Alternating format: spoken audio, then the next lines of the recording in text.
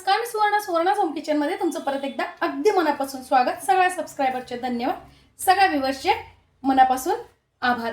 मी आज तुम्हाला खूप छान अशी रेसिपी दाखवणार आहे, ती म्हणजे बिना पाकाचे, बिना साखरेचे आणि ओल्या खोबऱ्याचे लाडू। ते पण अगदी पाकातल्या लाडू सारखे मऊसूत असे लाडू। बघा किती छान असे अगदी मऊ लाडू झालेले आहेत आपले, ते पण फक्त 4 चमचे तुपामध्ये। तर असे हे लाडू बनवण्यासाठी काय काय सामान लागतं ते बघूया।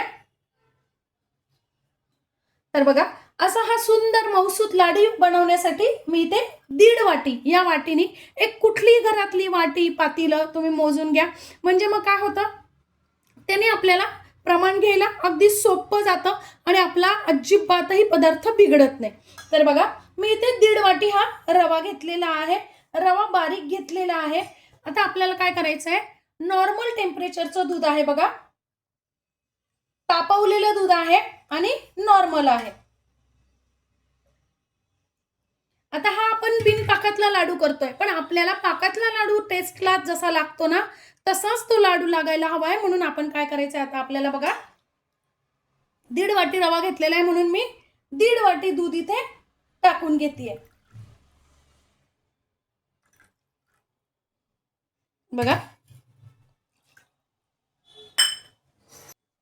आता हा लाडू आपल्याला 1.5 वाटी रवा घेतलाय आणि 1.5 वाटी आपण दूध घेतलेला आहे।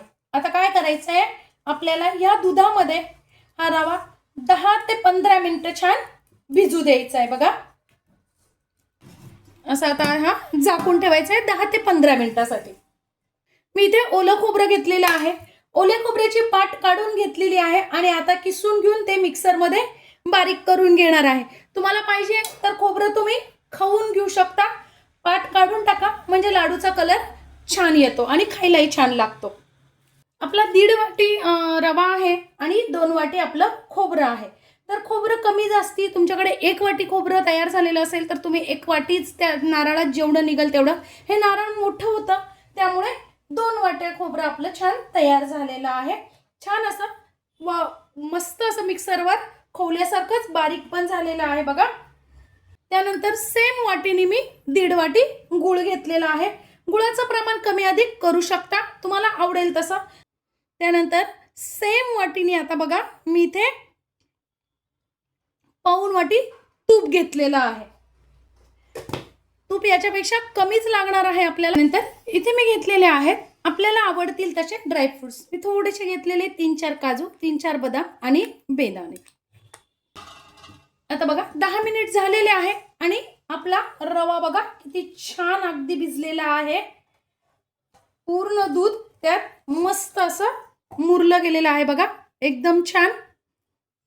आता मी स्टीलची कढई घेतलेली आहे बघा, त्यात मी आधी अगदी थोडंसं तूप टाकून घेतलेलं आहे, पूर्ण तूप टाकलेलं नाहीये, अर्धच तूप टाकून घेतलेलं आहे। तूप थोडंसं गरम होत आलं की आपल्याला त्यात आपला आपण भिजून ठेवलेला जो रवा आहे ना तो भाजून घ्यायचा आहे बघा, या पद्धतीने। भाजताना आपल्याला सुरुवातीला गॅस थोडासा मोठा ठेवायचा आहे आणि नंतर मीडियम, कधी मोठा कधी मीडियम असं करून आपल्याला 10 ते 12 मिनिट रवा पूर्ण आपला कोरडा होईपर्यंत आपल्याला छान भाजून घ्यायचा आहे। तुम्हाला सुरुवातीला असं वाटेल की रवा कढईला चिटकतं, पण असं अजिबात होत नाही, रवा कढईला अजिबात चिटकत नाही। तर आपल्याला रवा कंटिन्यू हलवायचा आहे म्हणजे रवा खाली लागणार नाही। सुरुवातीला तो भिजलेला रवा असल्यामुळे हलवताना थोडासा जड लागतो, पण नंतर तो एकदम हलका होऊन जातो। जसा जसा रवा कोरडा होतो ना तसा तसा तो हलका होत जातो। आता बघा 5 ते 6 मिनिट झालेले आहे, रवा आपला लगेच मोकळा झालेला आहे आणि बघा तुम्ही कलर पण बदललेला आहे रव्याचा, छान असा रवा भाजला गेलेला आहे, पण अजून हा पूर्ण भाजलेला नाहीये। फक्त 5 ते 6 मिनिटं झालेले आहे भाजून। आपल्याला त्यात ड्रायफ्रुट्स टाकून घ्यायचे आहेत बघा, या पद्धतीने। मी ड्रायफ्रुट्स भाजायला वेगळा वेळ दिलेला नाहीये, त्यातच आपण ड्रायफ्रुट्स टाकून घेतलेले आहे आणि परत आपल्याला 2 ते 3 मिनिट ड्रायफ्रुट्स आणि रवा एकत्र छान असा भाजून घ्यायचा आहे। आता बघा आपला रवा पण छान भाजणं झालेला आहे 80%. 60% भाजणं झालं होतं त्यावेळेस आपण ड्रायफ्रुट्स टाकून घेतले. आता 80% परत भाजणं झालेलं आहे. ड्रायफ्रुट्स पण छान भाजणं झालेले आहेत आपले आणि 80% आता रवा पण भाजणं झालेला आहे. आता आपल्याला त्यातच टाकून घ्यायचं आहे खोबरं. खोबरं आपल्याला शेवटी टाकायचं आहे कारण खोबरं भाजायला वेळ लागत नाही. आणि बघा आपण कुठलंही स्वतंत्र भाजण्यासाठी अजिबात वेगळा वेळ दिला नाही, वेगळे भांडेही केलेले नाही. आता आपल्याला छान खोबरं, रवा आणि ड्रायफ्रुट्स एकत्रच 2 ते 3 मिनिटं, खोबरं पटकन भाजलं जातं, छान 3-4 मिनिटात आपण हे सगळं भाजून घ्यायचं आहे. या स्टेजला आपल्याला काय करायचं आहे, परत हे तूप आपण अर्ध तूप शिल्लक ठेवलेलं होतं ना, त्यातलं अगदी थोडंसं तूप मी आता परत घालून घेतेय.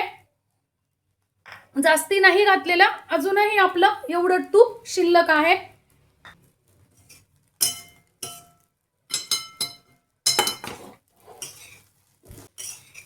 फ्रेंड्स, वास इतका सुंदर येतोय, आपले गुरु पण खुश होतील. असाच लाडू आज आपण तयार करणार आहोत. बघा आपलं खोबरं, रवा आणि ड्रायफ्रुट्स सगळं व्यवस्थित भाजलं गेलेलं आहे. वासही लगेच येतो भाजल्यानंतर आणि कलर तर छानच आलेला आहे. आता आपल्याला गॅस बंद करायचा आहे आणि कढई खाली उतरून घ्यायची आहे. रवाही भाजला गेलेला आहे, ड्रायफ्रुट्स छान भाजले गेलेले आहे. आणि आता काय करायचं आहे, आपण कढई खाली उतरून घेतलेली आहे. बघा गॅसवर चालू असताना मी त्यात गूळ टाकलेला नाहीये, कढई खाली उतरून घेतलेली आहे आणि जितका आपला रवा होता तितकंच मी गूळ घेतलेला आहे. 1.5 वाटीच मी गूळ घेतलेला आहे. आणि आता आपल्याला हे छान मिक्स करून घ्यायचंय.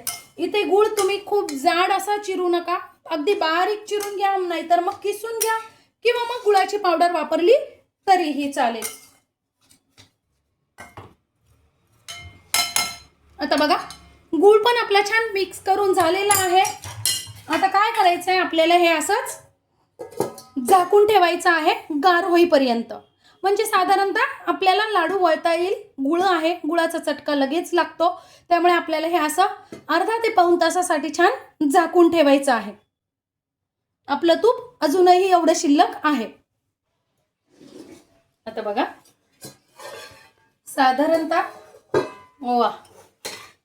साधारणतः अर्धा तास लागला, छान असा गार झालेला आहे.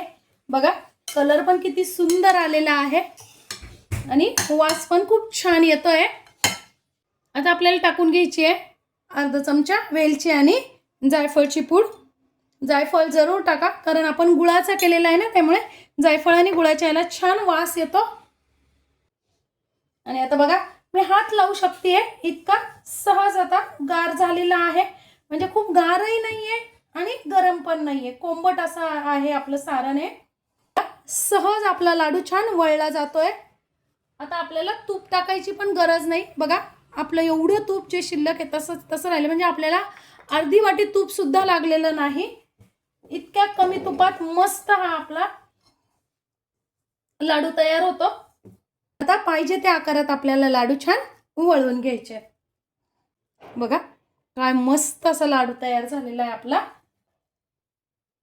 अगदी सहज छान असे आपले लाडू वळले जातात. ते बघा अगदी शेवटच्या लाडू पर्यंत छान असे आपले लाडू वळले गेलेले आहेत. शिवाय तूपही असं म्हटलं तर फक्त 4 चमचे तूप आपण वापरलेलं आहे. आणि कढई पण बघा एकाच कढईत आपण हे सगळं भाजून, एकाच कढईत, कुठेही कढई सुद्धा खराब झालेली नाही. इतके छान असे आपले लाडू तयार झालेले आहेत. बघा आपले 25 लाडू, 24 ते 25 लाडू छान तयार झालेले आहेत. ते पण अगदी फक्त 1.5 वाटी रव्यामध्ये.